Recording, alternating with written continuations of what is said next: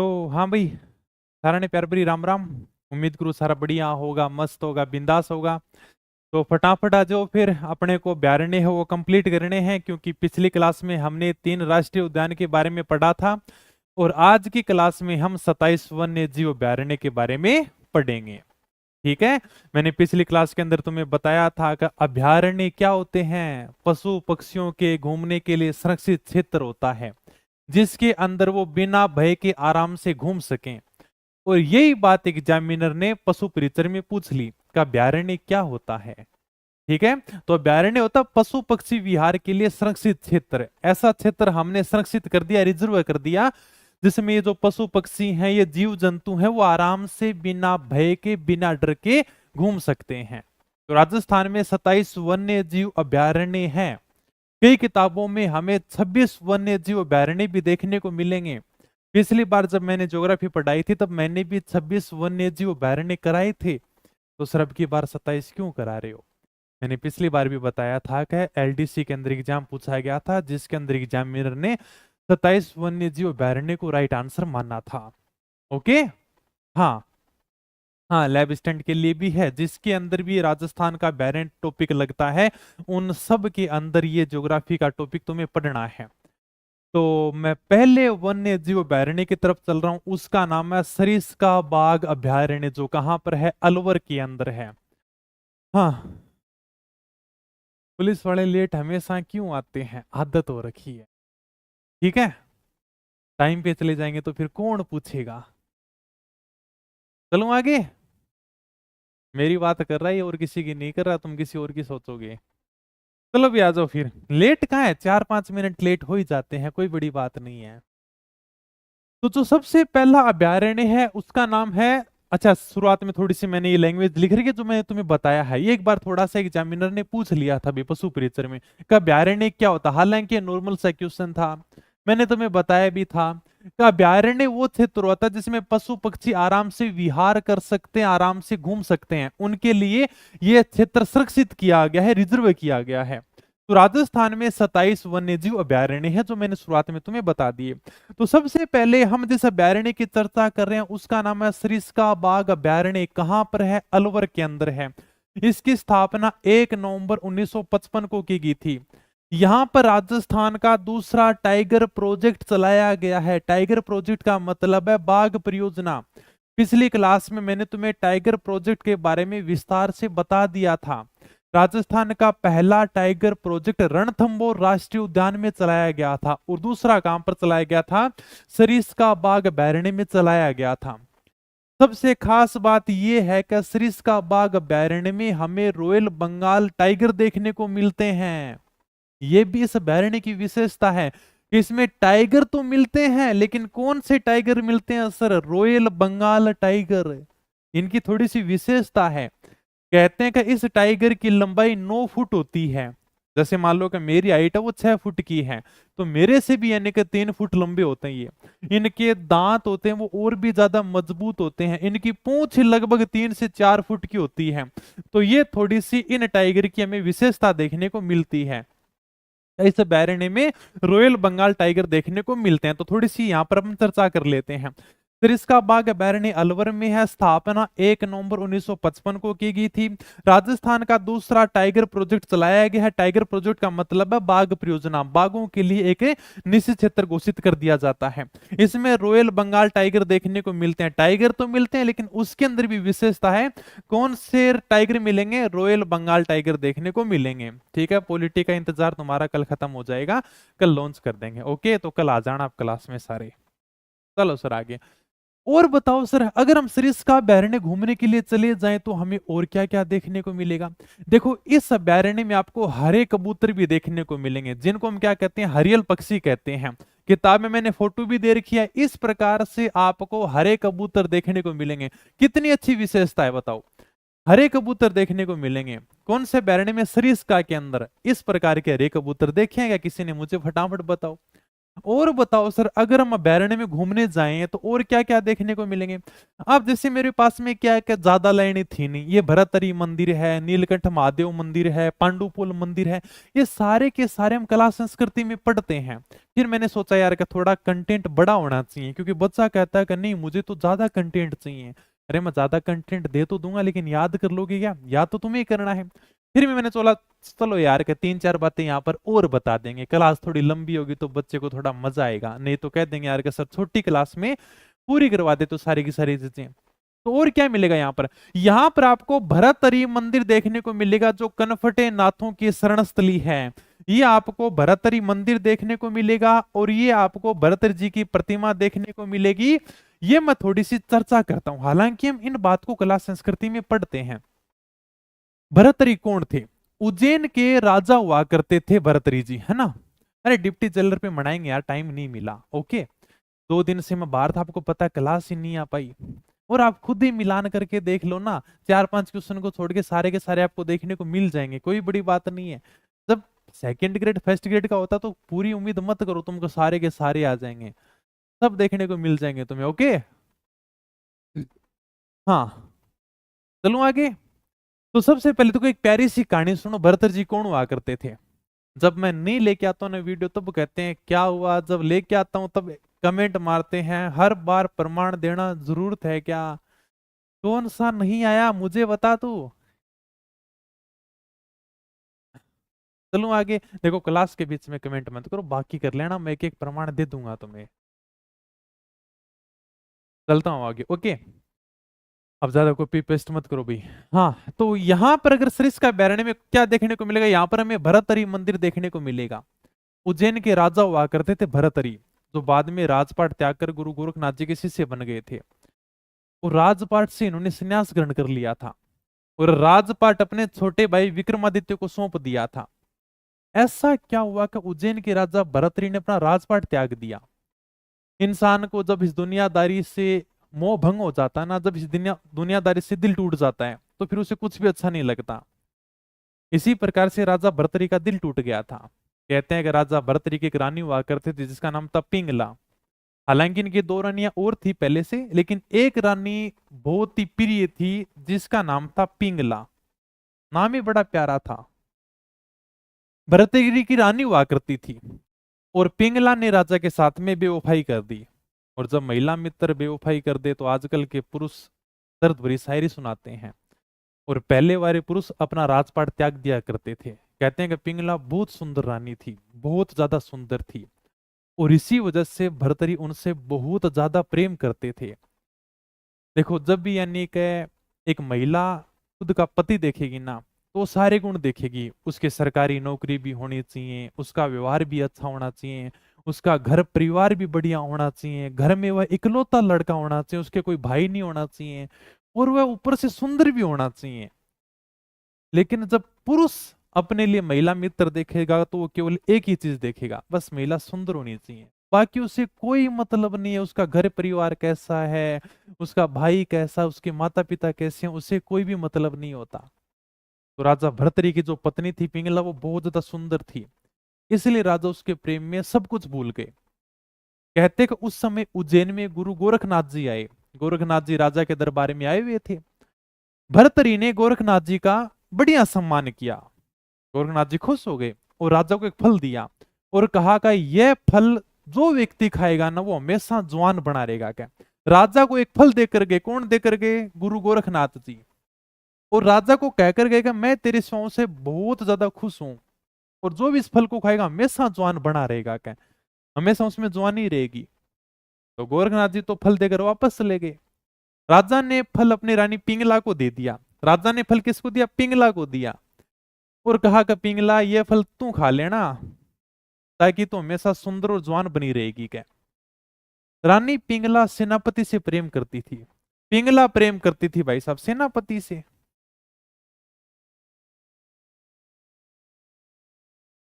पिंगला ने फल किसको दे दिया? पिंगला ने फल दे दिया सेनापति को। पिंगला ने सोचा कि अगर सेनापति फल खाएगा तो सेनापति हमेशा जवान रहेगा। क्या लेकिन सेनापति एक वेश्या से प्रेम करता था, उसने वह चमत्कारी फल उस वेश्या को दे दिया, और वेश्या राजा से प्रेम करती थी, तो उसने वापस फल किसको दे दिया? राजा को दे दिया। वह फल घूम फिर कर वापस किसके पास में आ गया? राजा भर्तृहरि के पास में आ गया। जैसे ही वह फल राजा के पास में आया तो राजा ने वेश्या से पूछा कि फल तुम्हें कहां से मिला? गया उसने कहा कि मुझे तो सेनापति ने दिया है। सेनापति ने कहा कि यह फल तो मुझे किसने दिया? पिंगला ने दिया है। अब राजा पिंगला की तरफ देखकर बोले कि ये दुनिया, ये महफिल अब मेरे कोई काम की नहीं है।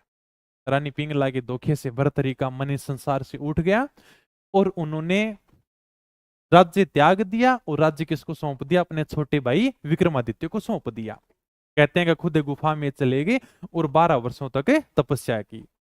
उन्हीं राजा भर्तृहरि का मंदिर सरिस्का बैरणी में बना हुआ है। गुरु गोरखनाथ के शिष्य थे, और गुरु गोरखनाथ के जो शिष्य होते हैं, जो नाथ संप्रदाय के होते हैं, उनके कान हमेशा फटे हुए होते हैं। इसलिए हम इस मंदिर को कनफटे नाथों की शरण स्थली कहते हैं। आपने कभी इस प्रकार के साधु महात्मा भी देखे होंगे, ठीक है, कभी यानी कि नाथ बाबा देखे होंगे जिनके कानों के अंदर कुंडल होते हैं, इस प्रकार से उनके कान फटे हुए होते हैं। सर हमने तो नहीं देखे। उत्तर प्रदेश के मुख्यमंत्री जी हैं योगी आदित्यनाथ जी, उनके कभी कान देखना आप, उनके कान भी इसी प्रकार से फटे हुए, बीच में आपको कुंडल देखने को मिलेगा, क्योंकि योगी आदित्यनाथ जी भी नाथ संप्रदाय से आते हैं। ठीक है, तो ये मंदिर अपने को यहां पर देखने को मिलेगा। इसी सरिस्का बैरणी में हमें भर्तृहरि मंदिर देखने को मिलेगा। ये बाहर का मंदिर का फोटो है, ये आपको अंदर प्रतिमा देखने को मिलेगी। और इसी मंदिर को क्या कहते हैं? कनफटे नाथों की शरणस्थली कहते हैं। समझ जाओगे? अच्छा, मेरा ठुकरा के मेरा प्यार इंतकाम देखेगी। अरे प्यार ठुकरा दिया जाता है, कोई बड़ी बात नहीं है, हमारा भी ठुकरा दिया गया था। चलो आगे बताओ, ये बात समझ में आएगी ना? और बताओ सर, और यहाँ पर क्या देखने को मिलेगा? यहाँ पर आपको नीलकंठ महादेव मंदिर भी देखने को मिलेगा। नीले हैं जिसके कंठ नीलकंठ है, किसको कहते हैं? भगवान शिव को कहते हैं। तो यह फोटो देख सकते हो, नीलकंठ महादेव मंदिर है ये। ठीक है, अगर आप सरिस्का घूमने जाओगे तो यहाँ पर नीलकंठ महादेव मंदिर देखने को मिलेगा। हालांकि वर्तमान में ये मंदिर बहुत पुराना है और काफी टूट फूट गया है, लेकिन फिर भी इस मंदिर की कला और स्थापत्य आपको अलग ही लेवल पर मिलेगी यार। बहुत शानदार मंदिर है, देवों के देव महादेव का मंदिर है, अर्थात भगवान शिव का मंदिर है, और एक प्रकार से धार्मिक स्थल भी है। बहुत पुराना है, पुराना तो बहुत ज्यादा है। ओके, तो इसी टाइगर रिजर्व के पास में क्या है? नीलकंठ महादेव मंदिर है। कहते हैं 9वीं से 12वीं शताब्दी के बीच का है, कन्फर्म तो नहीं है, लेकिन पुराना मंदिर है। यहीं पर नृत्य करते गणेश जी का मंदिर है। ठीक है, तो नीलकंठ महादेव मंदिर में अगर आप घूमने फिरने जाओगे तो गणेश जी की प्रतिमा है जिसमें वो डांस कर रहे हैं। और बताओ सर, पांडुपोल मंदिर है। ये हम कला संस्कृति में सारी की सारी चीजें पढ़ते हैं। पांडुपोल मंदिर है मतलब शयन मुद्रा में हनुमान जी की मूर्ति है। हनुमान जी की अगर आप फोटो देखोगे ना तो ऐसे लगेगा जैसे सो रहे हो। आपने महाभारत में हनुमान जी की एक कहानी देखी भी होगी। एक बार भीम को खुद की ताकत के ऊपर घमंड हो गया कि मैं तो बहुत ज्यादा शक्तिशाली हूं, क्या मुझसे ज्यादा शक्तिशाली कोई नहीं है, मुझ में तो 1000 हाथियों जितना बल है। हनुमान जी ने उनका घमंड तोड़ने के लिए एक बूढ़े बांदर का रूप धारण किया और रास्ते पर लेट गए। उधर से भीम आए, उसने बंदर को कहा कि मेरे सामने से तुम्हारी पूंछ हटा लो। क्या हनुमान जी ने कहा कि देख, मैं तो बूढ़ा बंदर हूं, मेरे में इतनी हिम्मत नहीं है कि मैं पूंछ को हटा सकूं। तुम मुझे बलशाली दिखते हो तो तुम मेरी पूंछ को उठाकर साइड में रख दोगे। भीम को बड़ा गुस्सा आया, उसने बड़ी ताकत से पूंछ को पकड़ा, लेकिन पूंछ को उठा नहीं पाया। भीम ने खूब जोर लगाया। तब भीम ने कहा कि आप साधारण बंदर तो नहीं हो, आप कौन हो? तब हनुमान जी अपने असली रूप में आते हैं और खुद का परिचय देते हैं। ये सारी की सारी कहानी हमें महाभारत में देखने को मिलती है। तो जहां पर हनुमान जी लेटे हुए थे वहीं पर आज पांडुपोल मंदिर बना हुआ है, क्योंकि आप सबको पता है कि पांडु ने जो अज्ञातवास बिताया था ना, वो यहीं जयपुर अलवर के क्षेत्र में बिताया था, विराट क्षेत्र में बिताया था। तो ये सारी की सारी कहानी हमें महाभारत के अंदर देखने को मिलती है। इसलिए अगर जिंदगी में एक बार मौका मिले तो आप महाभारत जरूर देखना। कौन सी महाभारत सर? जो 1990 के आसपास में बी आर चोपड़ा के द्वारा बनाई गई थी। उसमें जो करेक्टर हैं उनको देखकर लगता है कि वास्तव में महाभारत के समय रियल चेहरे वही थे। उसमें अर्जुन का जो रोल निभाया था वो फिरोज खान ने निभाया था, और अर्जुन के रोल से वो इतना ज्यादा प्रभावित हुए थे, उन्होंने खुद का नाम ही अर्जुन रख लिया था, खुद का नाम ही बदल दिया था। भगवान श्री कृष्ण का रोल निभाया था नीतीश भारद्वाज ने। मुकेश खन्ना ने भीष्म पितामह का रोल निभाया था, और कहते हैं कि मुकेश खन्ना उस रोल से इतना ज्यादा प्रभावित हुए थे, उन्होंने प्रतिज्ञा ली थी महाभारत के अंदर कि वो पूरी जिंदगी शादी नहीं करेंगे, और सच में उन्होंने पूरी जिंदगी शादी नहीं की थी। मुकेश खन्ना को तो आप सब जानते होंगे, अरे शक्तिमान तो सबने देखा होगा, वो शक्तिमान का रोल मुकेश खन्ना ही नहीं किया है। इसलिए एक बार बी आर चोपड़ा वाली महाभारत जरूर देखना, आपको यूट्यूब के ऊपर बिल्कुल फ्री मिल जाएगी। ठीक है, तो ये सारी की सारी लगभग मैं तुम्हें कहानियां बताता हूँ ना, सब महाभारत की कहानियां हैं। ओके सर, तो ये आपको देखने को मिलेंगे भाई। सुप्रीम कोर्ट ने आदेश दिया है कि इस अभ्यारण्य के 1 किलोमीटर के दायरे में खनन गतिविधि नहीं की जाएगी। ये क्या बात हुई सर? देखो, सरिस्का बाग अभ्यारण्य के आसपास में अवैध खनन किया जा रहा था, लोग यहाँ पर खुदाई कर रहे थे। तब किसी ने सुप्रीम कोर्ट में जाकर याचिका लगा दी, कभी आप सुनवाई करो कि इस अभ्यारण्य के आसपास में लोग अवैध खनन ना करेंगे। तो सुप्रीम कोर्ट ने आदेश निकाला कि भाई साहब, इस अभ्यारण्य के 1 किलोमीटर के क्षेत्र में कोई भी अवैध खनन नहीं करेगा, क्योंकि इसमें जो जीव जंतु रहते हैं उनको नुकसान पहुंचेगा। अगर आसपास के पेड़ पौधे कट जाएंगे तो सारे के सारे जीव जंतु भयभीत हो जाएंगे। अभ्यारण्य का मतलब क्या है? उसमें रहने वाले जीव जंतु बिना डर के रहें, बिना भय के रहें। तब सुप्रीम कोर्ट ने आदेश दिया कि इस अभ्यारण्य के 1 किलोमीटर के दायरे में किसी प्रकार का अवैध खनन नहीं किया जाएगा। ओके, तो ये थोड़ा सा ध्यान रखना, एग्जाम में पूछा भी क्या है। ये न्यूज भी आप दे सकते हो। Sariska tiger reserve, supreme court ने खनन गतिविधि के ऊपर रोक लगाई। हालांकि याचिका जिसने लगाई थी उसने ये कहा था कभी 10 किलोमीटर के दायरे में रोक लगाओ, लेकिन सुप्रीम कोर्ट ने 1 किलोमीटर के दायरे में रोक लगाई है। अलवर के महाराजा तेज सिंह के समय फॉरेस्ट सेटलमेंट रिपोर्ट तैयार की गई थी। इसको हम पीली किताब कहते हैं। अलवर के महाराजा थे तेज सिंह, उन्होंने वनों से संबंधित, जंगलों से संबंधित एक रिपोर्ट तैयार की थी और उसका नाम रखा था पीली किताब। बस इतना थोड़ा सा ध्यान रखना है। हाँ, आगे चलें। ठीक है, नॉर्मल सी बात है कि यहाँ पर महाराजा तेज सिंह के समय फॉरेस्ट सेटलमेंट रिपोर्ट तैयार की गई, जिसे पीली किताब कहते हैं। एक तो पीली किताब जो अलवर के महाराजा तेज सिंह ने तैयार की थी। एक लाल किताब भी होती है जिसमें उन पक्षियों का नाम दर्ज किया जाता है जो विलुप्त होने के कगार पर हैं। जैसे अपने राजस्थान का राज्य पक्षी गोडावण है, विलुप्त होने के कगार पर है। पूरे विश्व में 200 से भी कम गोडाउन बचे हैं। तो ऐसे जीव जंतु, ऐसे पक्षियों का नाम किस में दर्ज किया जाता है? रेड डाटा बुक में दर्ज किया जाता है, जो विलुप्त होने के कगार पर है। तो ये मैंने थोड़ा सा नोट लगाकर लिख रखा है। रेड डाटा बुक क्या है? विश्व के संकटग्रस्त जीव जंतु पादपों के लाल आंकड़े की पुस्तक है भाई। ऐसे जीव जंतु हैं, ऐसे पेड़ पौधे हैं जो विलुप्त होने के कगार पर हैं, उनका नाम रेड डाटा बुक में दर्ज किया जाता है। बस ये थोड़ा सा है। हाँ, ओके, तो रेड डाटा बुक समझ जाओगे। हाँ सर, एक विश्व की ऐसी पुस्तक है जिसमें जो भी जीव जंतु हैं, जो भी पेड़ पौधे हैं, वे अन्य का विलुप्त होने के कगार पर हैं, उनके ऊपर संकट है, तो उनका नाम दर्ज किया जाएगा। और पीली किताब पूछ ले तो अलवर के महाराजा तेज सिंह ने के फॉरेस्ट सेटलमेंट रिपोर्टें तैयार की थी। हो गया बस कंप्लीट। अगला जो अभ्यारण्य है उसका नाम है रामगढ़ विषधारी अभ्यारण्य, जो कहां पर है? बूंदी कोटा में फैला हुआ है। ठीक है, ये कई बार एग्जाम में पूछा जाता है रामगढ़ विषधारी अभ्यारण्य कहां पर है? बूंदी कोटा में। लेकिन सबसे ज्यादा जो एग्जाम में सवाल आता है ना इस अभ्यारण्य को लेकर, वो यही आता है कि राजस्थान का चौथा और देश का 52वां टाइगर प्रोजेक्ट कहां पर चलाया गया है? रामगढ़ विषधारी अभ्यारण्य बूंदी कोटा में चलाया गया है। सर दोनों ऑप्शन दे दे तो शुरुआत वाला करना है बूंदी, या फोटो देख सकते हो रामगढ़ विषधारी अभ्यारण्य की, और ये यहाँ पर आप टाइगर की फोटो देख सकते हो। टाइगर की फोटो दिखाकर ये बताया गया है कि यहाँ पर हम राजस्थान का चौथा टाइगर रिजर्व चला रहे हैं। ठीक है, और क्या मिलेगा? इसे अजगर की शरणस्थली कहते हैं। देखो, अजगर अलग होता है, सांप अलग होता है। अजगर और सांप दोनों अलग अलग होते हैं, तुम कंफ्यूज हो जाते हो। हालांकि अजगर इतना जहरीला नहीं होता, जबकि सांप होते हैं वो कुछ जहरीले होते हैं। अजगर तो शिकार को पकड़ता है, उसको जकड़ के मार लेता है। जैसे आप अजगर को पकड़ोगे ना तो आपके अन्य का हाथ के ऊपर लपेटा मारना शुरू कर देगा और आपके हाथ को तोड़ भी देगा। या फिर कोई छोटा मोटा जीव जंतु होगा तो उसको सीधा का सीधा पेट के अंदर निगल देता है। जबकि सांप सीधा जहरीला होता है, जहर का डस मारता है।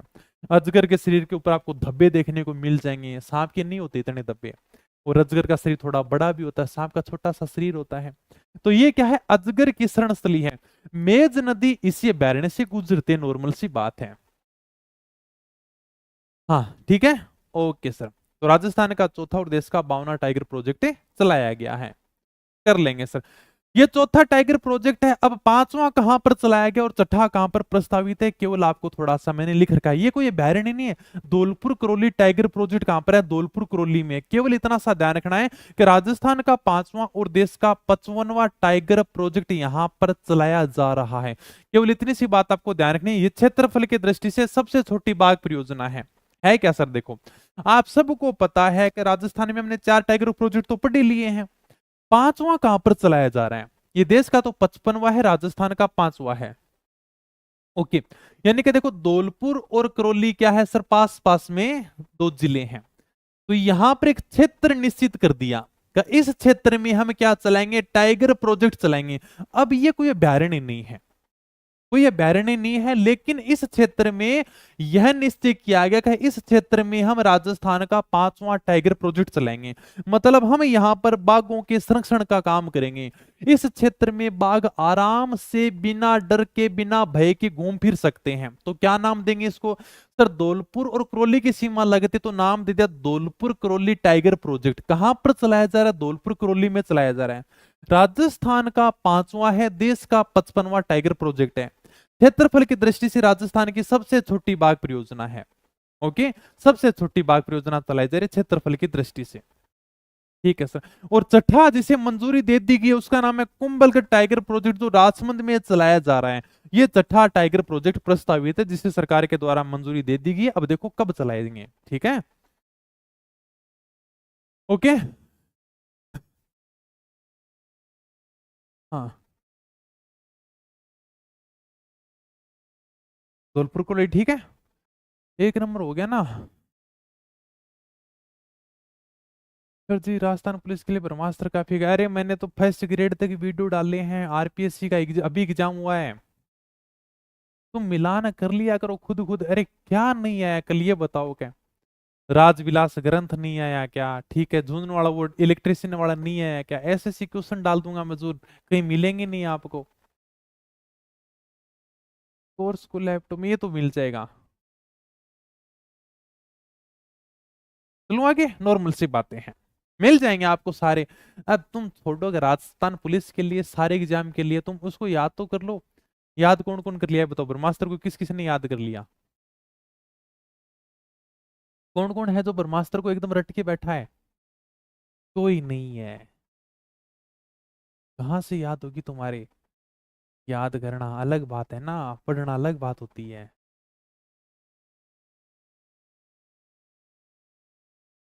मेरी क्लास अटक रही है। चलो आगे, ठीक है भाई।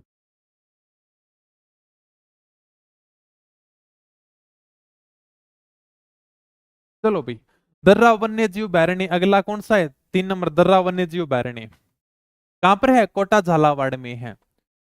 हमने इसके बारे में पढ़ा है, हमने मुकुंदरा हिल्स राष्ट्रीय उद्यान पढ़ा था, उसमें मैंने बताया था कि इसका पुराना नाम क्या हुआ करता था, दर्रा अभयारण्य हुआ करता था।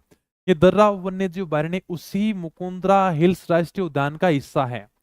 और यहीं पर राजस्थान का तीसरा टाइगर प्रोजेक्ट चलाया गया था। अभी तुम कॉपी पेस्ट कर रहे थे सर, तीसरा टाइगर प्रोजेक्ट कौन सा था, ये मैं करा चुका हूं सारे के सारे। यहीं पर राजस्थान का तीसरा टाइगर प्रोजेक्ट चलाया गया था। हमने नहीं पढ़ा था क्या मुकुंदरा राष्ट्रीय हिल्स, बिल्कुल पढ़ा था सर, हमने पिछली क्लास में 3 राष्ट्रीय उद्यान पढ़े थे। उसी के अंदर मैंने बताया था कि इसका पुराना नाम क्या हुआ करता था, दर्रा वन्यजीव अभयारण्य हुआ करता था। ओके, और इसी के अंदर राजस्थान का तीसरा टाइगर प्रोजेक्ट चलाया गया था। हाँ, चलें। तो ये दर्रा वन्यजीव अभयारण्य उसी मुकुंदरा हिल्स राष्ट्रीय उद्यान का हिस्सा है। यहीं पर राजस्थान का तीसरा टाइगर प्रोजेक्ट चलाया गया था, इसलिए हम इस अभयारण्य के बारे में कह सकते हैं कि ये अभयारण्य हमारे राष्ट्रीय उद्यान का ही हिस्सा है और इसमें टाइगर प्रोजेक्ट चलाया जा रहा है। तो ये जो अभयारण्य है ना, ये अपना अभयारण्य मुकुंदरा हिल्स राष्ट्रीय उद्यान का ही हिस्सा है। ठीक है, इसी का नाम है दर्रा वन्यजीव अभयारण्य, इसी का हिस्सा, और इसी में टाइगर प्रोजेक्ट चलाया जा रहा है। तो ये टाइगर प्रोजेक्ट का भी हिस्सा है और ये राष्ट्रीय उद्यान का भी हिस्सा है। आप कभी घूमने फिरने जाओगे ना तो आपको देखने को मिल जाएगा मुकुंदरा हिल्स राष्ट्रीय उद्यान, राजस्थान सरकार वन विभाग, आप मुकुंदरा हिल्स टाइगर रिजर्व में प्रवेश कर रहे हैं। कृपया यहाँ पर स्वच्छ विचरण करें, वन्य प्राणियों की सुरक्षा करें, पूर्णतः ध्यान रखें और आपको टाइगर की फोटो देखने को मिल जाएगी। ठीक है, तो आप कभी जाकर आराम से देख सकते हो भाई, समझ जाओगे। मुकुंदरा हिल्स राष्ट्रीय उद्यान मैंने पढ़ा दिया है, ये उसी का पार्ट है, लेकिन ये अपने अभयारण्य के अंदर भी आता है। इसका पुराना नाम हुआ करता था दर्रा वन्यजीव अभयारण्य, इसी का थोड़ा सा पार्ट है बस, और इसी के अंदर टाइगर प्रोजेक्ट है वो चलाया जा रहा है। Okay sir. अगला अभयारण्य है जयसमंद अभयारण्य, कहां पर है सर, सलूम्बर के अंदर है। कहां पर मिलेगा, जयसमंद झील के आसपास में बनाया गया है। आप कभी जयसमंद झील देखने जाओगे तो इसके आसपास में एक छोटा सा बैरणे बनाया गया है जिसका नाम है जयसमंद बैरणे। आपको बाहर से इस प्रकार से देखने को मिलेगा, जयसमंद बैरणे। ओके, या फोटो देख सकते हो।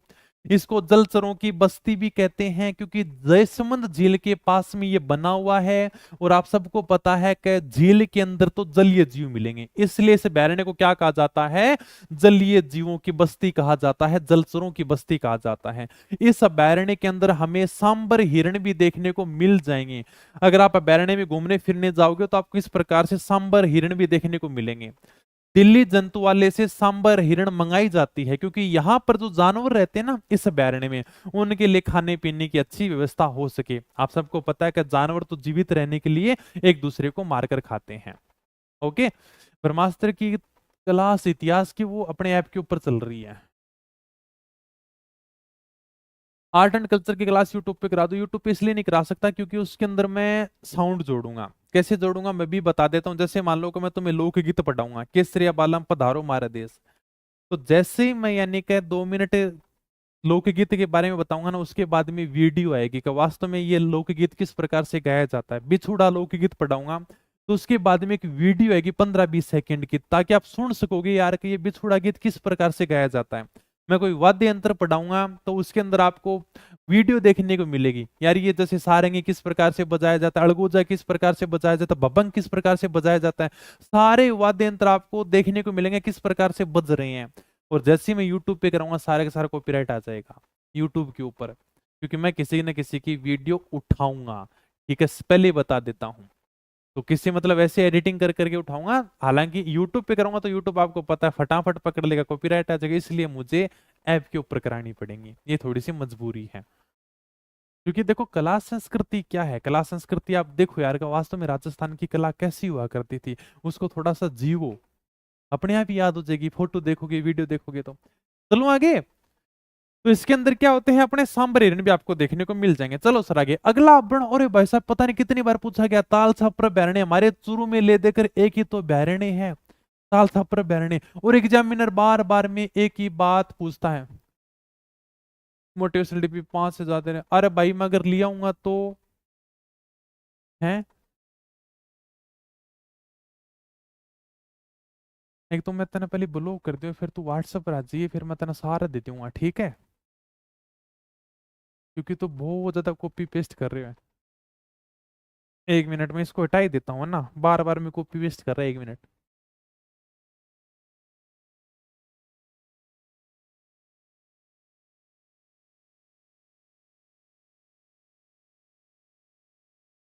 ओके। हाँ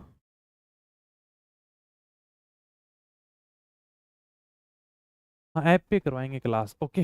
अब देखो इसके ऊपर भी क्या इतने सारे कॉपी पेस्ट होते हैं, ऐप के ऊपर ऐसे कभी कॉपी पेस्ट नहीं होते। चलें भी आगे। तालसा प्रबेरणे कहाँ पर है, चूरू के अंदर है।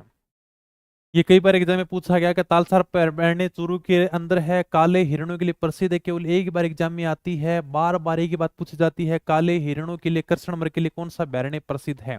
तालसा प्रबेरणे चूरू के अंदर। कॉपी पेस्ट मत किया करो बार बार में, क्लास के अंदर तो मत किया करो। तुम्हें कोई भी बात पूछनी है आराम से फोन कर लिया करो, क्लास के बाद में मैसेज कर लिया करो, लेकिन प्लीज क्लास में, मैंने कई बार कहा क्लास में लगातार कॉपी पेस्ट मत किया करो। चलो भी आ जाओ आगे। तालसार पर बैरणी कहां पर है, चूरू के अंदर है। काले हिरणों के लिए मतलब कृष्ण मृग के लिए प्रसिद्ध है। मृग को हिंदी में बोलते हैं हिरण, कृष्ण को बोलते हैं काला। इसलिए मैंने कोष्टक में लिखा है, क्योंकि एग्जामिनर कभी तो पूछ लेता काले हिरणों के लिए कौन सा बैरणी प्रसिद्ध है, कई बार पूछ लेगा कृष्ण मृग के लिए कौन सा बैरणी प्रसिद्ध है। बार बार में यही बात घुमा फिरा के पूछता है कि काले हिरणों के लिए कौन सा बैरणी प्रसिद्ध है। ठीक है, तो या तो काले हिरण नाम दे देगा या फिर कृष्ण मृग दे देगा, तो कंफ्यूज मत होना। काले हिरणों के लिए, कृष्ण मृग के लिए तालछापर अभयारण्य प्रसिद्ध है। इस अभयारण्य के अंदर इन काले हिरणों की सबसे पसंदीदा घास पाई जाती है, जिसका नाम है मोथिया घास या मोथा घास। इस प्रकार की मोथिया घास पाई जाती है। इसको मोथिया घास भी बोलते हैं, इसको मोथा घास भी बोलते हैं। ये आप आराम से फोटो देख सकते हो काले हिरणों की। ये देखो आराम से, जब तक ये सिंगल आदमी है ना, आराम से बिल्कुल मस्ती से बैठा है। अब यहां पर देखो दो यानी का प्रेमी जोड़े घूम रहे हैं, मतलब अब इसकी सगाई हो गई। सगाई होने के बाद में कई दिन ये प्रेम के अंदर डूबा रहेगा, प्रेम के अंदर मस्ती में घूमता रहेगा। इसको बाद में दुनियादारी से कोई लेना देना नहीं है। दोनों मस्ती में रह रहे हैं। जब इनकी शादी हो जाएगी उसके बाद की फोटो देखो, अब इनकी शादी होगी, अब आपस में एक दूसरे से लड़ रही हैं। तो ये आप इन दोनों की फोटो देख सकते हो। अकेले रहो, मस्त रहो, कोई टेंशन नहीं है, अपनी धुन में बैठे रहो, यहां से फिर लड़ाइयां शुरू हो जाती हैं। तो इन कृष्ण मृगों की, काले हिरणों की सबसे पसंदीदा घास मोतिया घास इसी तालछापर अभयारण्य में पाई जाती है। यहाँ पर प्रवासी पक्षी कुर्जा भी आता है, जिसके बारे में मैंने तुम्हें पहले भी बताया है, डेमोसिल क्रेन जिसे कहते हैं, है ना। तो यहाँ पर प्रवासी पक्षी आता है जिसका नाम है कुर्जा। ठीक है, उड़ती कुर्जा लिया जाए जे रहे, संदेश समारोह पीयूता पूछाई जे रहे। हम सबको पता है कि ये जो पक्षी है वो खिचन गांव फलोदी के अंदर भी आता है, तो इसका लोकगीत भी आता है, ये भी हमने कई बार पढ़ा है। ओके, मोतिया घास हमारे खेत में आराम से चूरू में मिल जाएगी, कोई बड़ी बात नहीं है ये। तो ये मोतिया घास आराम से तुम्हें मिल जाएगी। तो ताल छापर अभयारण्य, यहाँ पर जो बार बार में एग्जाम में एक ही चीज पूछी जाती है कि काले हिरणों के लिए या फिर कृष्ण मृग के लिए कौन सा अभयारण्य प्रसिद्ध है। ताल छापर अभयारण्य चूरू, इसके अलावा कुछ भी नहीं पूछा जाता, बार बार में बस यही सवाल आता है। तो देख लोगे, ये अपने क्या है, काले हिरण, जिनकी आप फोटो आराम से देख सकते हो। और इसी अभयारण्य में अपना प्रवासी पक्षी कुर्जा भी आता है। तो ये कुर्जा के बारे में हम पहले भी कई चर्चा कर चुके हैं। यहां पर और क्या देखने को मिलेगा, महाभारत काल के समय यहां पर गुरु द्रोणाचार्य का आश्रम भी हुआ करता था। ये गुरु द्रोणाचार्य का आश्रम था। थोड़ा सा ये आपको ध्यान रखना है कि अभयारण्य के पास में महाभारत के समय का गुरु द्रोणाचार्य का आश्रम था। थोड़ा सा आश्रम प्रसिद्ध है भाई, क्योंकि अखबार में कई बार ये आता रहता है। जैसे राजस्थान पत्रिका के अंदर खबर आती रहती है कि यहाँ पर एक जैन तीर्थंकर की प्रतिमा भी मिली है। यहाँ के जो आसपास के गांव वाले हैं वो आवाज उठाते रहते हैं कि यहाँ पर मंदिर भी बनाओ। पुरातत्व विभाग को भी बुलाया गया। अपने को केवल इतना सा ध्यान रखना कि यहाँ पर महाभारत के समय का गुरु द्रोणाचार्य का आश्रम है। ठीक है सर, आगे जो बात लिख रखी है ये मैं तुम्हें वन संपदा के अंदर पढ़ा चुका हूं भी। यहाँ पर वन्य जीव प्रबंधन और रेगिस्तान पारितंत्र प्रशिक्षण केंद्र की स्थापना की गई है। अभी आरपीएससी ने एग्जाम में पूछा भी था ये सेम टू सेम सवाल। तो ये बात तुम्हें मैं वन संपदा के अंदर भी पढ़ा भी चुका हूं कि यहाँ पर वन विभाग के द्वारा ट्रेनिंग देने का काम में किया जाता है। ये हम पहले भी पढ़ चुके हैं ये बात। तो मैंने 4 जो तुम्हें प्रमुख संस्थान लिखाए थे ना, उसके अंदर एक ये भी है। चलो सर आगे, अगला जो अभयारण्य उसका नाम है कुंभलगढ़ अभयारण्य, जो राजसमंद पाली उदयपुर में फैला हुआ है। ठीक है, रख लोगे ध्यान में, राजसमंद पाली उदयपुर में। ये भेड़ियों की प्रजनन स्थली अभी कहते हैं, ये जो अभयारण्य है वो भेड़ियों के लिए प्रसिद्ध है। आप सबको पता है कि भेड़िया एक जंगली जानवर होता है, मांसाहारी होता है। हालांकि आपको देखने को मिलेगा यार ये तो सर कुत्ता है ना, कुत्ता नहीं है, ये कुत्ते के परिवार से संबंधित होता है, लेकिन थोड़ा सा शक्तिशाली होता है। भेड़िया के चपेट में आ मत जाना, भेड़िया बड़ा चालाक होता है, मतलब इंटेलिजेंट होता है, थोड़ा सा इंटेलिजेंट शिकारी होता है। तो ये जो अभयारण्य है ये भेड़ियों की प्रजनन स्थली के नाम से जाना जाता। हालांकि मैं खुद इस अभयारण्य में घूमने फिरने गया था, लेकिन मुझे तो कुछ ज्यादा ऐसा देखने को नहीं मिला भाई का भेड़िया भेड़िया। तो ओके, मिल भी जाए तो अच्छी बात है भाई। चंदन के वनों के लिए प्रसिद्ध है। चंदन के वनों के बारे में तुम्हें मैं वनस्पति के अंदर पढ़ा भी चुका हूं कि यह जो अभयारण्य है वो चंदन के वनों के लिए प्रसिद्ध है। एंटीलोप प्रजाति का चौसिंगा पाया जाता है। चौसिंगा मतलब जिसके 4 सिंग होते हैं। सर चौसिंगा कैसा दिखता है? चौसिंगा की अभी मैं तुम्हें फोटो दिखाऊंगा। कहां पर दिखाओगे सर? सीता माता अभयारण्य में। यहाँ पर मेरे पास में जगह नहीं थी तो मैं तुम्हें चौसिंगा की फोटो दिखाऊंगा सीता माता अभयारण्य में। केवल अभी इतना ध्यान रखना कि कुंभलगढ़ अभयारण्य में चौसिंगा पाया जाता है जिसके 4 सिंग होते हैं। नॉर्मल सी बातें हैं बस। ये देखो आपको सिंपल सा याद रखना पड़ेगा, कुंभलगढ़ अभयारण्य किन जिलों में फैला हुआ है। ये भेड़ियों की प्रजनन स्थली के नाम से जाना जाता है, चंदन के वनों के लिए प्रसिद्ध है। इस अभयारण्य में चौसिंगा पाया जाता है, मतलब 4 सिंग वाला चौसिंगा में देखने को मिलेगा। चौसिंगा एक प्रकार का हिरणी होता है। अगला अभयारण्य उसका नाम है ज्वार सागर अभयारण्य, जो बूंदी कोटा चित्तौड़गढ़ में फैला हुआ है। ठीक है, जहां से चंबल नदी गुजर रही है ना, उसी को कर दिया ये लो भाई का ज्वार सागर अभयारण्य, मतलब जो ज्वार सागर बांध है ना उसी के पास में कर दिया। ये हमारा ज्वार सागर अभयारण्य है, जो बूंदी कोटा चित्तौड़गढ़ में कर दिया कि ये पूरा का पूरा ज्वार सागर अभयारण्य है, जहां पर अपना ज्वार सागर बांध बना हुआ है। तो इसको बूंदी कोटा चित्तौड़गढ़ तक फैला दिया। यहीं से अपने चंबल नदी गुजर रही है। उत्तर भारत का कहते हैं यहां पर पहला सर्प उद्यान बन रहा है। ये कोई लव गार्डन नहीं है जहां पर जोड़े बैठकर आपस में प्रेम करेंगे, यह स्नेक गार्डन है, मतलब सर्प उद्यान है। अगर आप यहां पर आप जाओगे घूमने फिरने के लिए तो यहां पर आपको सांपों की नस्लें देखने को मिलेंगी। सांपों के संरक्षण से संबंधित काम किया जाएगा, सांपों की नई नस्लों को तैयार किया जाएगा। ओके, सांप आप अगर देखने हैं तो यहाँ पर आप जा सकते हो, और कहते हैं कि उत्तर भारत का ये पहला सर्प उद्यान है। और क्या देखने को मिलेगा, गेपरनाथ महादेव मंदिर देखने को मिलेगा जो कोटा में है, ये आप देख लो गेपरनाथ महादेव मंदिर। गरडिया महादेव मंदिर देखने को मिलेगा, ये गरडिया महादेव मंदिर है जो बूंदी के अंदर है, ये भी इसी बैरने के पास में स्थित है। रख लोगे, नॉर्मल सी बातें हैं। ठीक है सर, इसमें ज्यादा कोई बातें समझाने वाली नहीं है, दो दो तीन तीन बातें हैं जो अपने को ध्यान रखनी है। सीता माता बैरने चित्तौड़गढ़ प्रतापगढ़ उदयपुर में फैला हुआ है। ठीक है, चित्तौड़गढ़ प्रतापगढ़ के अंदर, वैसे उदयपुर में नहीं आएगा ये। ठीक है, उदयपुर काट देना क्योंकि ज्यादा चित्तौड़गढ़ प्रतापगढ़ ही आता है, उदयपुर हटा देना आप। हालांकि किताब के अंदर तो उदयपुर नहीं होगा, मुझे पता है। ओके, तो चित्तौड़गढ़ प्रतापगढ़ पीडीएफ में अपडेट करवा दूंगा। तो सीता माता बैरने कहां पर है, चित्तौड़गढ़ और प्रतापगढ़ में। उदयपुर में कोई होगा तो अपने को इतना याद नहीं रखना है, लेकिन चित्तौड़गढ़ प्रतापगढ़ आपको ज्यादा याद रखना है। सीता माता बैरने चित्तौड़गढ़ और प्रतापगढ़ में है। ये चित्तल की मातृभूमि है भी। चित्तल एक प्रकार का हिरणी है, इसे यानी कि चित्तल की मातृभूमि कहा जाता है। यहाँ पर दुर्लभ प्रकार की औषधि मिलती है, सागवान के वन मिलते हैं। आपको पता है कि ये दक्षिणी राजस्थान में है, तो यहाँ पर ऐसी औषधि मिलती है जो बहुत कम पाई जाती है, मतलब दुर्लभ प्रकार की मिलती है। दुर्लभ प्रकार मतलब यार कोई चीज बड़ी मुश्किल से मिलती है, तो दुर्लभ प्रकार की औषधि मिलती है। सागवान के वन भी मिलते हैं यहाँ पर। आप सबको पता है सागवान के वन दक्षिणी राजस्थान में पाए जाते हैं, बांसवाड़ा में। तो इस अभ्यारण्य में भी हमें सागवान के वन देखने को मिल जाएंगे। इसके अलावा ये चित्तल की मातृभूमि भी है भी। इस अभ्यारण्य को चित्तल की मातृभूमि कहा जाता है। चित्तल आप फोटो देख सकते हो। चित्तल क्या होता है, एक प्रकार की हिरणी है चित्तल।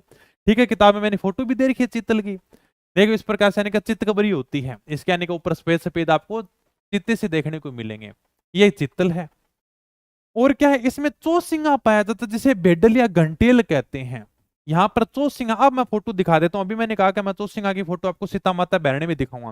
देखो चौसिंगा का मतलब होती तो एक प्रकार का हिरणी है, लेकिन इसके सिर के ऊपर 4 सिंग होते हैं। खुद देखो, एक ये रहा, 2 ये रहा, 3 ये रहा, 4 ये रहा। मतलब क्या होते हैं, इसके ऊपर 4 सिंग होते हैं। ओके,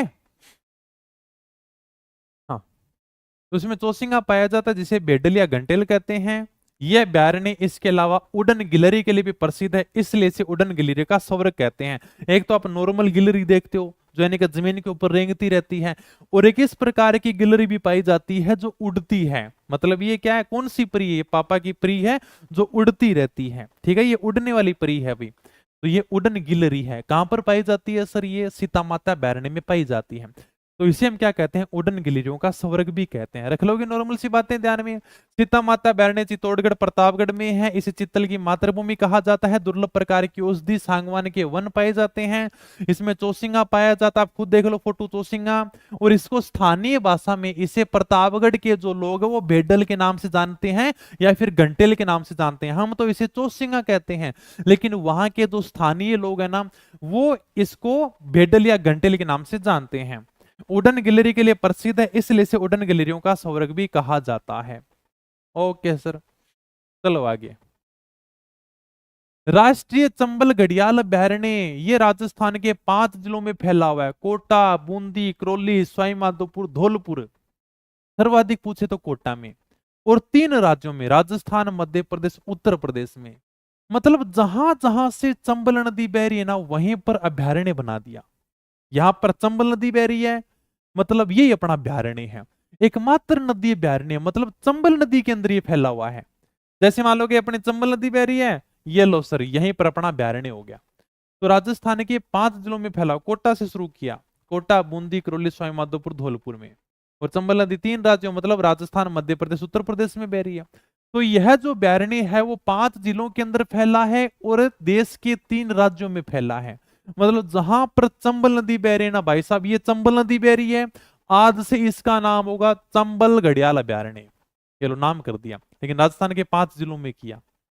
एकमात्र नदी अभ्यारण्य है। आपको पता है एकमात्र नदी अभ्यारण्य, नदी के अंदर कोई भी अभ्यारण्य नहीं है, यह एकमात्र नदी अभ्यारण्य है, चंबल नदी के अंदर फैला हुआ है।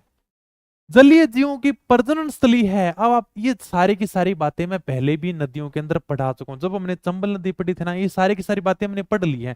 नदी में क्या मिलेगा सर, जलीय जीव मिलेंगे, घड़ियालों का संसार मिलेगा। वहां पर मैंने तुम्हें घड़ियाल भी दिखाए थे और मगरमच्छ भी दिखाए थे, और दोनों का अंतर भी बताया था। घड़ियाल अलग होता है, मगरमच्छ अलग होता है। आगे चलो, गांगेस डॉल्फिन पाई जाती है, ये भी मैं तुम्हें चंबल नदी के अंदर पढ़ा चुका हूं। ये सारी की सारी बातें मैं वहां पर फोटो दिखा दिखा के समझा चुका हूं। एक बात आप थोड़ी सी ऐड कर लेना, ठीक है, ये करंट के हिसाब से अभी यानी कि अपने मार्च के अंदर ही घोषणा की गई है, तो ये आप थोड़ी सी किताब के अंदर ऐड कर लेना कि घड़ियाल रियरिंग सेंटर बनाया जाएगा पालीघाट सवाई माधोपुर में, ठीक है। घड़ियालों के संरक्षण के लिए, घड़ियालों को बढ़ावा देने के लिए सरकार ने अभी घोषणा की है। क्या घोषणा की है कि हम घड़ियाल रियरिंग सेंटर बनाएंगे। कहां पर बनाओगे? पालीघाट एक जगह है सवाई माधोपुर में, वहां पर हम बनाएंगे भाई। तो यही अपने अभ्यारण्य फैला हुआ ना सवाई माधोपुर के अंदर, यहीं पर घड़ियाल रियरिंग सेंटर बनाया जाएगा। इन घड़ियालों का संरक्षण करने के लिए, घड़ियालों को बढ़ावा देने के लिए सरकार के द्वारा घोषणा की गई है। तो ये मार्च अप्रैल के अंदर की गई थी। थोड़ा सा आप इस किताब के अंदर ऐड कर लेना, अगर मान लो थोड़ा सा करंट के हिसाब से पूछ लेना तो आप इसको ऐड कर सकते हो। ओके, तो घड़ियाल रियरिंग सेंटर सीधा सा पूछ लेगा, घड़ियाल रियरिंग सेंटर कहां पर है? पालीघाट सवाई माधोपुर में इसकी घोषणा की गई है, तो सरकार के द्वारा स्थापित किया जाएगा, ठीक है। चंबल घड़ियाल अभ्यारण्य से संबंधित है। ओके सर, कर लोगे ऐड? अगला अभ्यारण्य है राष्ट्रीय मरु अभ्यारण्य, इसे हम डेजर्ट नेशनल पार्क भी कहते हैं। हाँ, राष्ट्रीय मरु अभ्यारण्य। अब देखो सर, आपने तो बताया था कि अभ्यारण्य तो हमारे राष्ट्रीय 3 ही है, इसके आगे नाम लगाओ राष्ट्रीय मरु अभ्यारण्य, लेकिन यह राष्ट्रीय अभ्यारण्य नहीं है। हुआ ये कि राजस्थान सरकार ने भारत सरकार को प्रस्ताव भेजा कि हमारे इस अभ्यारण्य को भी राष्ट्रीय अभ्यारण्य का दर्जा दिया जाए। भारत सरकार ने दर्जा दिया नहीं, तो हमने कहा कोई बात नहीं, हम खुद ही नाम लगा लेते हैं। लेकिन भारत सरकार के द्वारा दर्जा नहीं दिया गया, इसलिए इसका नाम है राष्ट्रीय मरु अभ्यारण्य, मतलब डेजर्ट नेशनल पार्क। मरु मतलब मरुस्थल। अब देखो, ये राजस्थान का सबसे बड़ा अभ्यारण्य है। आप सबको पता है कि जैसलमेर और बाड़मेर में है, 3162 वर्ग किलोमीटर में फैला है, और इतना बड़ा है, मतलब खूब सारा। यार का जैसलमेर बाड़मेर में कभी घूमने जाओगे तो आपको इस प्रकार से मरुस्थल देखने को मिलेगा, खूब सारी खाली जगह है। तो सरकार ने कहा ये देखो, यहां पर एक जिला था जिसका नाम था जैसलमेर, और इसके नीचे एक जिला था जिसका नाम था बाड़मेर। खूब सारा दोनों का क्षेत्रफल है, क्षेत्रफल के मामले में बड़े जिले हैं, बढ़िया क्षेत्रफल था। सरकार ने कहा ये लो भाई, बड़ा सारा क्षेत्रफल लेके कह दिया ये आज से हमारा अभ्यारण्य होगा, और इसका हम नाम रखते हैं राष्ट्रीय मरु अभ्यारण्य। कहां कहां फैला हुआ है? जैसलमेर और बाड़मेर में फैला हुआ है, और यह क्षेत्रफल की दृष्टि से राजस्थान का सबसे बड़ा अभ्यारण्य है। ये आपको इस प्रकार की नीलगायें देखने को मिल जाएंगी, इधर कोई अपने को ये गोडाउन देखने को मिल जाएंगे, ठीक है। गोडाउन की तो ये शरण स्थली है। लाठी सीरीज यहाँ पर देखने को मिल जाएगी, आकलवुड फॉसिल पार्क यहाँ पर देखने को मिल जाएंगे। तो सारी की सारी बातें मैं तुम्हें पहले पढ़ा चुका हूँ, तो ये सारी की सारी इस अभ्यारण्य में देखने को मिल जाएगा भाई। तो जैसलमेर बाड़मेर में 3162 वर्ग किलोमीटर में फैला है, तो क्षेत्रफल की दृष्टि से राजस्थान का सबसे बड़ा अभ्यारण्य है। इसकी स्थापना 4 अगस्त 1980 को की गई थी। राष्ट्रीय उद्यान का दर्जा नहीं मिला, इसके नाम क्या कि राष्ट्रीय लिखा हुआ है, लेकिन आप कंफ्यूज मत होना कि सर राष्ट्रीय लिखा हुआ है तो सर राष्ट्रीय का दर्जा है क्या? नहीं, राष्ट्रीय उद्यान का दर्जा नहीं मिला, केवल इसका नाम ही है। इसे गोडाउन की शरणस्थली कहते हैं। इस प्रकार से देखो, आप जाओगे ना कभी घूमने तो आपको देखने को मिलेगा डेजर्ट नेशनल पार्क, ठीक है, यानी कि राष्ट्रीय मरु अभ्यारण्य, और गोडाउन की फोटो भी लगा रखी है। तो गोडाउन की एक प्रकार से शरणस्थली, यहाँ पर आपको गोडाउन देखने को मिल जाएगा। यहाँ पर आपको लाठी सीरीज देखने को मिलेगी, तो मुझे बताने की जरूरत नहीं लाठी सीरीज क्या होती है, आकलवुड फॉसिल पार्क क्या होता है, मैं पहले बता चुका हूं, ठीक है। जीवाश्म उद्यान इसी अभ्यारण्य में हमें देखने को मिलेंगे, ठीक है। ये अगर देखने जाओगे तो आपको इसी अभ्यारण्य में देखने को मिल जाएंगे, खूब सारे क्षेत्रफल में फैला हुआ ही है। अब केवल आपको नाम ध्यान रखना है, ज्यादा कोई भी डिटेल नहीं है, केवल आपको नाम ध्यान रखने हैं। 18 करोड़ साल पहले, ये मैंने बता दिया आकलवुड फॉसिल पार्क का टाइम टू सब सारी चीजें समझा दी हैं, भौतिक प्रदेश में सब बताया है। वहां पर तो फोटो दिखा दिखा के समझाया है, यहाँ पर इतनी अच्छी चीजें मैं समझा ही नहीं सकता।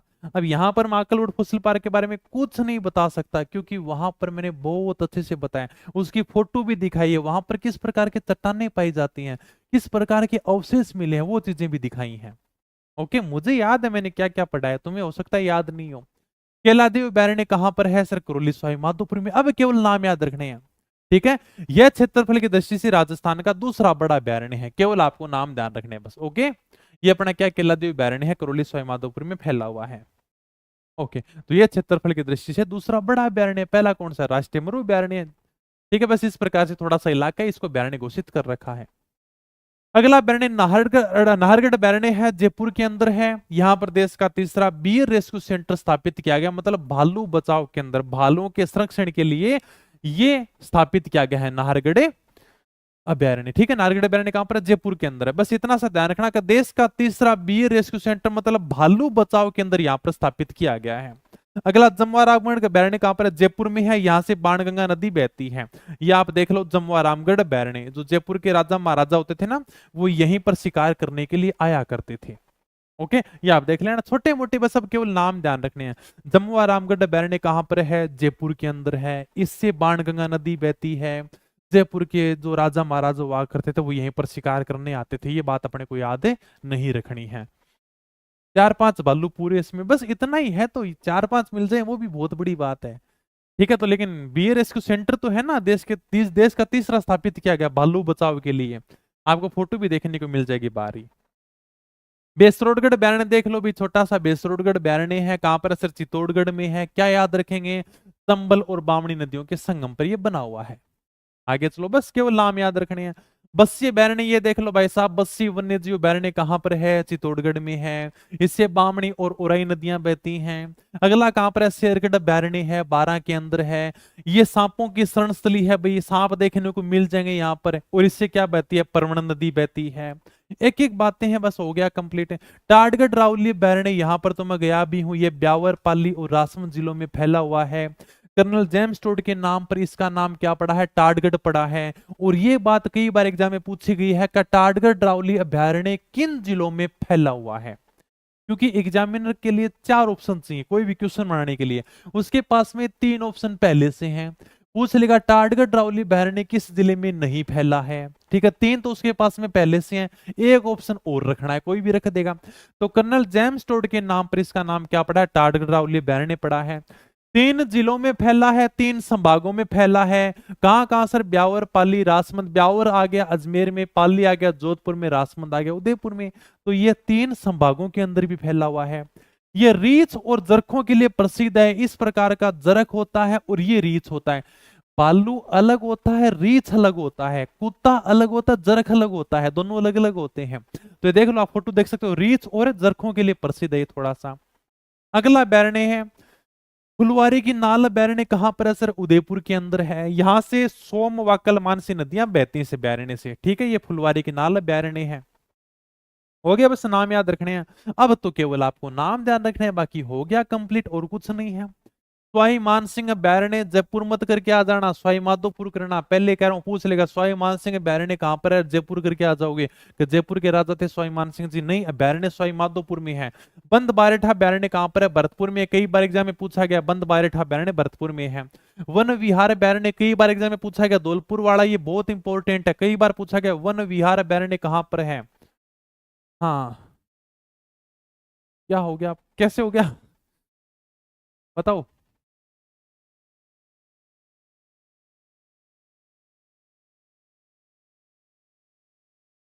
बताओ भाई।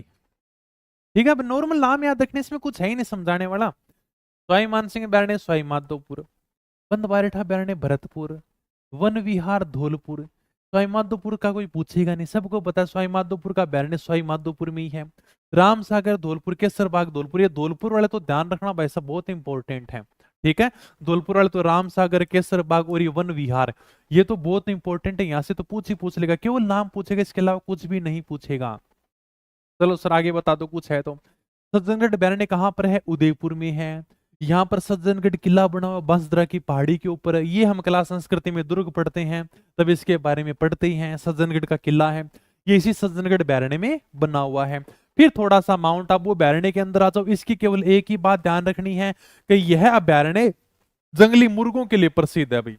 माउंट आबू अभ्यारण्य कहां पर है? सिरोही में है, राजस्थान का सबसे ऊंचा अभ्यारण्य है। आप सबको पता है कि राजस्थान का सबसे ऊंचा शहर कौन सा है सर? माउंट आबू है, वहीं पर अभ्यारण्य बनाया गया है। तो यह राजस्थान का सबसे ऊंचा अभ्यारण्य है। यहाँ पर क्या देखने को मिलेंगे? जंगली मुर्गे देखने को मिलेंगे। राज्य सरकार ने इस अभ्यारण्य को इको सेंसिटिव जोन घोषित किया है, मतलब पर्यावरणीय संवेदनशील क्षेत्र घोषित किया है। यहाँ के स्थानीय लोगों ने माउंट आबू अभ्यारण्य को इको सेंसिटिव जोन में घोषित करा दिया है। सिर इसका क्या मतलब हुआ? आप माउंट आबू क्यों जाते हो घूमने के लिए? सर वहाँ की प्रकृति देखने के लिए, वहाँ के नज़ारे देखने के लिए, वहाँ की हरियाली देखने के लिए। अब हो ये रहा था कि लोग क्या कर रहे थे, दिल्ली यानी का अवैध खनन कर करके मरम्मत मतलब मकान निर्माण कर रहे थे, वनस्पति को नुकसान पहुंचा रहे थे, वहां पर खनन किया जा रहा था। तो लोगों ने गुजारिश की सरकार से कि यहाँ पर जो नया निर्माण कार्य हो रहा है ना उसको बंद कराओ क्या। ये जो आप नए निर्माण कार्य कर रहे हो, नई नई बिल्डिंगें बना रहे हो, तो ये सारा का सारा पर्यावरण के लिए नुकसान है। तो सरकार ने कहा ठीक है, हम माउंट आबू को इको सेंसिटिव जोन घोषित करते हैं, मतलब यह पर्यावरण के लिए संवेदनशील क्षेत्र है। यहाँ पर आप इस प्रकार का कोई भी निर्माण कार्य नहीं कर सकते, यहाँ पर आप वनस्पति को नुकसान नहीं पहुंचा सकते। अगर माउंट आबू की सुंदरता समाप्त हो जाएगी तो वहां पर कोई भी घूमने फिरने के लिए नहीं जाएगा। वो पर्यटक के क्षेत्र की दृष्टि से राजस्थान का महत्वपूर्ण स्थान है। हम पढ़ते भी हैं कि सरदार वल्लभ भाई पटेल खुद चाहते थे कि माउंट आबू गुजरात में जाएगा। तो माउंट आबू बड़ा प्यारा शहर है, कभी मौका मिले ना तो जरूर घूमने फिरने के लिए जाना। तो सरकार ने माउंट आबू को इको सेंसिटिव जोन घोषित किया, मतलब पर्यावरणीय संवेदनशील क्षेत्र घोषित किया है। समझ गए, मतलब लोग वहां पर पर्यावरण को नुकसान पहुंचा रहे थे तो सरकार ने इस क्षेत्र को संवेदनशील घोषित कर दिया। अब वहां पर आप कोई भी प्रकार से अवैध खनन का कार्य नहीं कर सकते या फिर आप वनस्पति को नुकसान वहां पर नहीं पहुंचा सकते, बस ये है, और ज्यादा इसमें कुछ नहीं है। ओके ओके 27वां अपना सरिस्का अभयारण्य कहां पर है, अलवर में है, जो राजस्थान का सबसे छोटा अभयारण्य है। ओके तो ये अपने 27 अभयारण्य कंप्लीट हो जाते हैं। अब थोड़ी सी अभयारण्य से अलग बातें, जो केवल अभयारण्य नहीं, केवल अपने को नाम ध्यान रखने हैं। जैसे गजनेर अभयारण्य क्या है सर, बीकानेर के अंदर है, ये कोई अभयारण्य नहीं, केवल नाम है।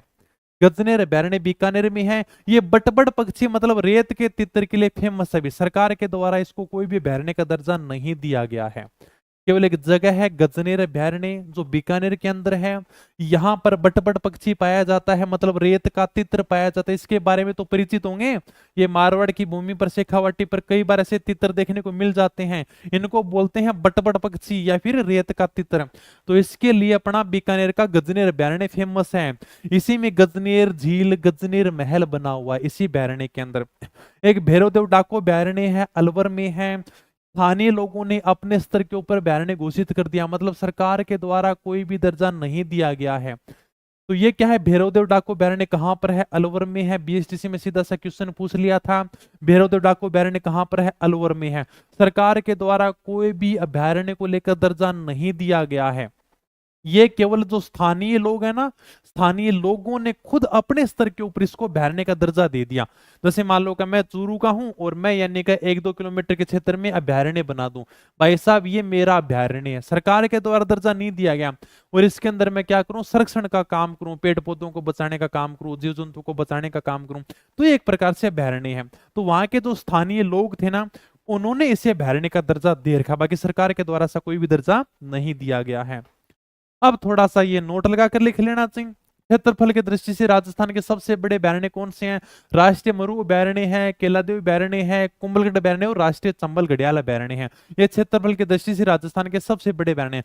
सबसे छोटे कौन से हैं, सरिस्का अभयारण्य है, सज्जनगढ़ है, तालछापर है और केसरबाग अभयारण्य है। इसी के साथ में अपने राजस्थान के अभयारण्य हो जाते हैं कंप्लीट। अब अपनी केवल एक क्लास और रहेगी, उसके अंदर ये सारा का सारा टॉपिक हो जाएगा कंप्लीट, जिसके अंदर हम कंजर्वेशन रिजर्व क्षेत्र देख लेंगे। ओके, जहां से एग्जामिनर कई बार सवाल पूछता है। ओके भाई, अब बताओ आगे क्लास समझ में। तो मैंने 3 राष्ट्रीय उद्यान तुम्हें पहली क्लास में पढ़ा दिए थे, आज की क्लास में मैंने तुम्हें 27 वन्य जीव अभयारण्य पढ़ा दिए हैं। इसके बाद में हमको छोटी मोटी कोई अभयारण्य से संबंधित बातें होंगी वो देख लेंगे अगली क्लास में, हमारा सारा का सारा टॉपिक हो जाएगा कंप्लीट। ओके, और फिर मैं तुम्हें 4th ग्रेड वालों को 1-2 टॉपिक बचेंगे तुम्हारे वो करवा देता हूँ। परिवहन है, जनगणना है। जनगणना तो क्या है, तुम पढ़ लेना रे, वो आंकड़े याद करने हैं, मैंने पहले ही पढ़ा रखे हैं। नए आंकड़े किताब में अपडेट है, उनको पढ़ लेना थोड़ा सा, ठीक है, थोड़ा सा अपडेट कर रखा है। परिवहन भी क्या है, थोड़ा सा आर्थिक समीक्षा के हिसाब से अपडेट कर रखा है मैंने शुरुआत के अंदर चीज, और बाकी वही चीजें हैं, तुम पढ़ लिया करो रे। किसी का एग्जाम नजदीक हो तो पहले पूरी की पूरी ज्योग्राफी मैंने पढ़ा रखी है। ओके, किसी को जल्दी हो तो पढ़ लेना। तो मिलेंगे फिर नई वीडियो में, कल इस टॉपिक को अपन पूरा करते हैं, और कल हम पॉलिटी की ब्रह्मास्त्र वो लॉन्च कर रहे हैं, तो आप जरूर आ जाना, मैं शेड्यूल करवा दूंगा। तो तब तक धन्यवाद, थैंक यू, जय हिंद, जय भारत।